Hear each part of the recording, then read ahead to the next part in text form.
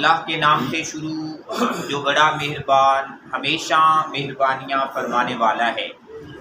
میرے اللہ نے حکم ارشاد فرمایا ہے،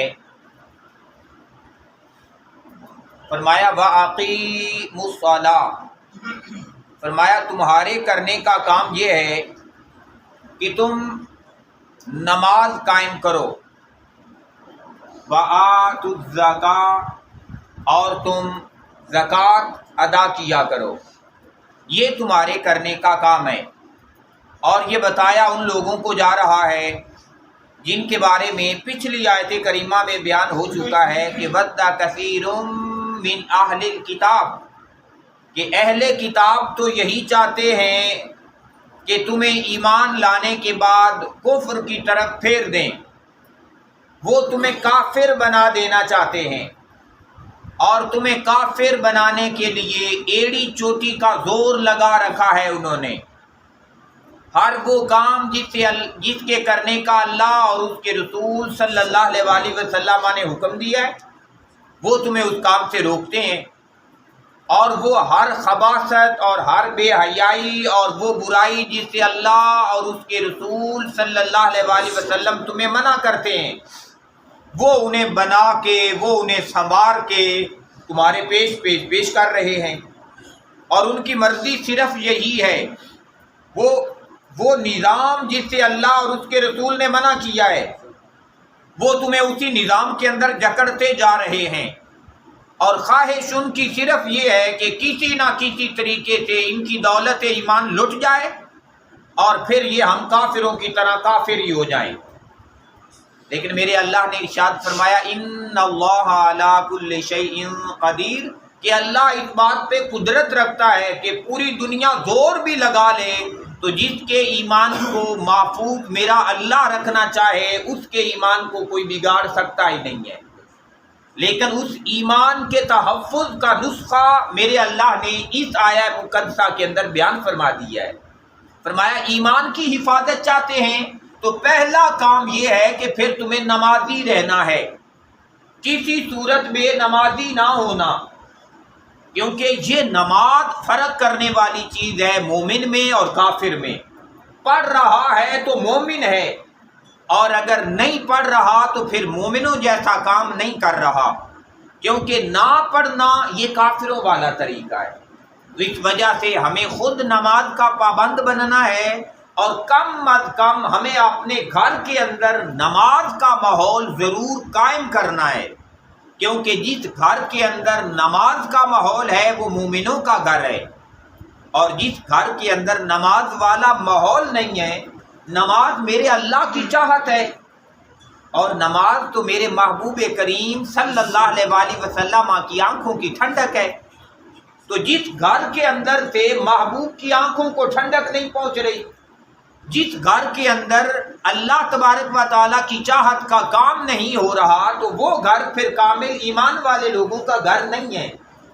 اس وجہ سے پیارے بھائیوں، خود بھی نماز کے نظام کو قائم کریں، اور اپنے گھروں کے اندر کم از کم گھر کے اندر کوشش کریں کہ نماز کا نظام قائم ہو جائے۔ اور ایمان کے تحفظ کے لیے جو دوسری بات بیان کی، فرمایا وَآتُوا الزَّکَاۃَ، یہ جو زکوٰۃ کا نظام ہے نا، فرمایا اسے قائم کر لیں۔ وہ کہا جاتا ہے نا کہ کاد الفقر، قریب ہے کہ یہ غربت جو ہے یہ بندے کو کفر تک لے کے چلی جائے۔ اور کہا یہ بھی جاتا ہے کہ اگر پاکستان جیسے ملک کے اندر صرف زکوٰۃ کا نظام اچھا اور خوبصورت ہو جائے، زکوٰۃ کا نظام اگر پیارا ہو جائے، زکوٰۃ کا نظام ایک آئین قانون کے مطابق ہو جائے، تو پاکستان کے اندر سے جو غربت ہے اس کا خاتمہ ممکن ہے۔ لیکن پریشانی اس امر کی ہے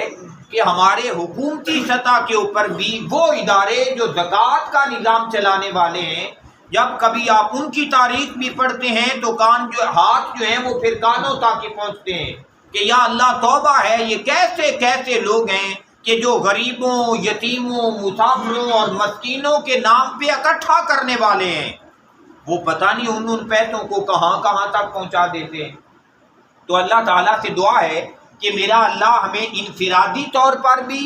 اس زکوٰۃ کے نظام کو بہتر کرنے کی توفیق دے، کہ اگر اللہ نے ہمیں مال دیا ہے اگر اللہ تبارک و تعالیٰ نے ہمیں زیورات کی صورت میں مال دیا ہے تو میرا اللہ ہر سال ان کی زکوٰۃ نکالنے کی توفیق عطا فرمائے،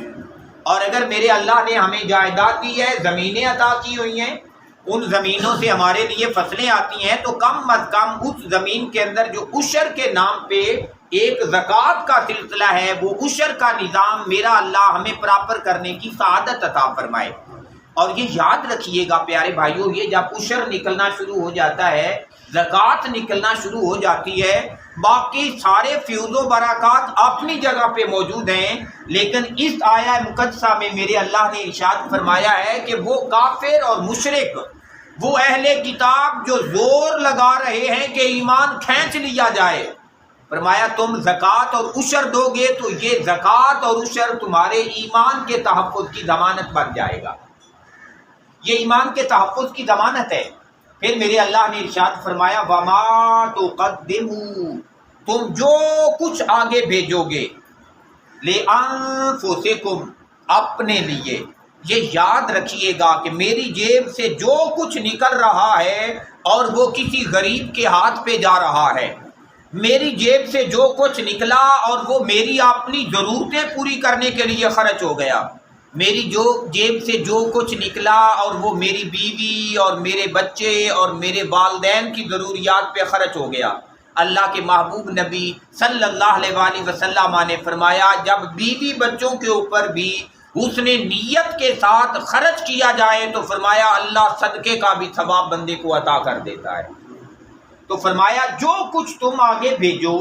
اپنے نفس کے لیے، اپنے لیے، من خیرن، بھلائی میں سے، چاہے نیکی کی صورت میں کوئی اچھا کام کریں، بھلے کا کام کریں، نیکی کا کام کریں، یا کوئی صدقہ و خیرات کریں، کسی کی مدد کر دیں، کم از کم کسی کو اچھا مشورہ دے دیں، کم از کم یار کسی مسلمان بھائی کو اپنے مسکراتے اور کھلے ہوئے چہرے کے ساتھ ویلکم ہی کر دیں۔ تو فرمایا تم جو کچھ آگے بھیجو گے نا، بھلائی، جو بھلائی نیکی اپنے لیے، فرمایا تاجدو ہو، تم اسے ضرور بر ضرور پالو گے، وہ تمہیں ملے گی عند اللہ، اللہ تعالیٰ کے دربار کے اندر محفوظ، تمہاری ہر نیکی اللہ تعالیٰ کے دربار کے اندر محفوظ ہوگی۔ اس دنیا کے اندر بڑے ایسے بینک بھی بنے ہیں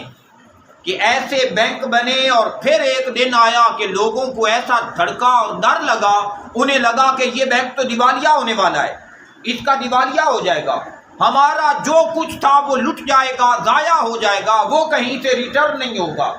اور بڑے ایسے لوگ بھی ہیں جنہوں نے بڑی بڑی کمیٹیاں بھی ڈالی ہیں، بڑے ایسے لوگ ہیں جنہوں نے بڑی بڑی انویسٹمنٹ بھی کی ہیں اور بڑی بڑی کمپنیاں ڈوب گئیں، اور بڑے بڑے لوگ جنہوں نے کمیٹیاں لی تھیں اور کمیٹیاں لینے کے بعد غائب ہو گئے۔ گویا پتہ چلا کہ بعض دفعہ بندے کی محنت کے ساتھ کمایا ہوا، مشقت کے ساتھ کمایا ہوا پیسہ بھی، سرمایہ بھی، جو وہ اکٹھا کر کے رکھنا چاہتا ہے وہ ضائع ہو جاتا ہے۔ لیکن میرے اللہ نے اس مقام پہ ارشاد فرمایا بندے تو جو نیکی میرے دربار میں بھیجے گا نا، جو تو اچھا کام میرے دربار میں بھیجے گا، فرمایا یہ یاد رکھنا کہ یہ ایسا اکاؤنٹ ہے جس میں کبھی خسارہ نہیں ہونے والا۔ اس دربار کے اندر جو کچھ تو بھیجے گا وہ آخرت کے دن تجھے محفوظ اللہ تعالیٰ کے دربار میں نظر آئے گا، وہ وہاں تجھے ملے گا۔ پھر ارشاد فرمایا ان اللہ، بے شک اللہ تبارک و تعالیٰ، بما تعملون، تم جو کچھ کرتے پھر رہے ہو، بصیر، وہ اس کے اوپر نظر رحمت کی قائم ہوئے ہے، وہ اسے دیکھ رہا ہے۔ بندے تو جو کچھ کر رہا ہے، کرنا کیا چاہیے وہ پہلے حصے کے اندر میرے اللہ نے ہمیں بیان کر دیا کہ تم یہ کام کرو، ایمان کا تحفظ نصیب ہوگا، دنیا میں عزت نصیب ہوگی، آخرت کے اندر وقار عطا ہوگا، عزتیں عطا ہوگی اور جنت پہنچ جاؤ گے۔ لیکن یہ باتیں بیان کر کے کہ بندے کرنا کیا چاہیے، یہ فرما کے پھر فرمایا تو جو کچھ کرتا پھر رہا ہے نا، فرمایا میں اللہ دیکھ رہا ہوں۔ آپ پیارے بھائیوں، ہمیں کبھی کبھی ضرور اپنے من میں جھانکنا چاہیے اور دیکھنا چاہیے بھائی ہم کرتے کیا پھر رہے ہیں، ہمیں کیسے صدقات دینے چاہیے تھے، کیسے خیرات دینی چاہیے تھی، کیسے غریبوں کا خیال رکھنا چاہیے تھا، کیسے گھر والوں کا خیال رکھنا چاہیے تھا، کیسے ماں باپ کا خیال رکھنا چاہیے تھا، ہم کیا کرتے پھر رہے ہیں۔ اور ہم جو کرتے پھر رہے ہیں میرا اللہ ارشاد فرما رہا ہے کہ میں اسے دیکھ رہا ہوں، میں اسے دیکھ رہا ہوں۔ یہ بات ارشاد فرمانے کے بعد پھر ارشاد فرمایا میرے اللہ نے سیاق و سباق میں، اب یہ آیت کریمہ پھر پچھلے سبق کے ساتھ ریلیونٹ ہو رہی ہے، اس کا تعلق اسی کے ساتھ، وہ جو یہودی اور عیسائی لوگ تھے، اہل کتاب لوگ تھے، انہی کی بات کے ساتھ پھر ریلیٹ کیا جا رہا ہے۔ فرمایا وقالو، اور وہ کہتے ہیں اہل کتاب لوگ یہودی اور عیسائی کہتے ہیں لن یدخل الجنہ، فرمایا ہرگز جنت میں داخل نہیں ہوں گے۔ یہودی اور عیسائی کہتے ہیں کہ ہرگز جنت میں داخل نہیں ہوں گے الا سوائے من کانا، وہ جو ہو ہودن، یہودی